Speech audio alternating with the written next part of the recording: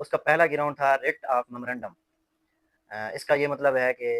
اس میں یہ کہا گیا تھا کہ یہ جو اسمبلی ختم کی گئی ہے اس کو دوبارہ بحال کیا جائے۔ اس میں دوسرا گراؤنڈ یہ تھا کہ ریٹ آف کوورنٹو، اس کا مطلب یہ ہے کہ یہ اس نے جو دوسری کیبنٹ تیار کر لی ہے، دوسرے منسٹر اپوائنٹ کر دیے ہیں، تو یہ کس کے تحت، کس قانون کے تحت اس نے اپوائنٹ کیے ہیں، یا کس قانون کے تحت یہ کیبنٹ بنائی ہے، تو اس کو بھی ریموو کیا ہے۔ اب یہاں پر گورنر جنرل نے فیڈریشن آف پاکستان کی طرف سے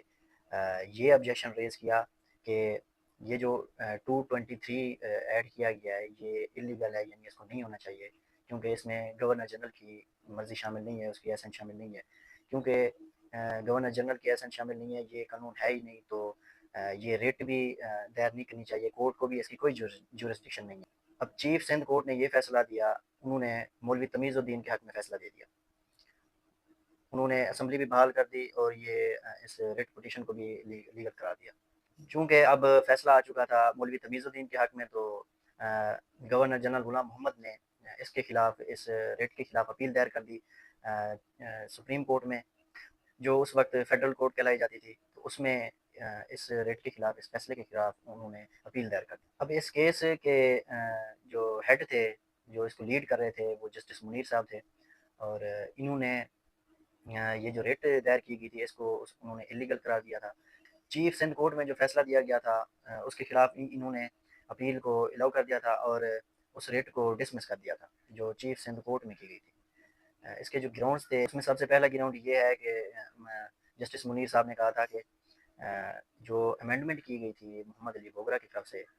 اس کے لیے ضروری ہے کہ گورنر جنرل کی ایسنٹ لینا لازمی ہے، کیونکہ اس وقت امینڈمنٹ کے دوران گورنر جنرل صاحب کی ایسنٹ نہیں لی گئی تھی، تو وہ امینڈمنٹ بھی ویلڈ نہیں ہے، یعنی اس میں جو آرٹیکل 10 کو ریموو کیا گیا تھا اور 223 کو ایڈ کیا گیا تھا، تو اس کو ڈسمس کر دیا، اس کو ختم کر دیا، اس امینڈمنٹ کو نل اینڈ وائٹ کر دیا۔ کیونکہ امینڈمنٹ کو نل اینڈ وائٹ کر دیا تو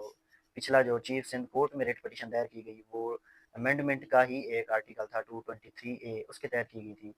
کیونکہ وہ امینڈمنٹ ہی ختم ہو گئی تو ریٹ پٹیشن کو بھی انہوں نے ڈسمس کر دیا۔ اور اب جسٹس منیر صاحب نے یہ فیصلہ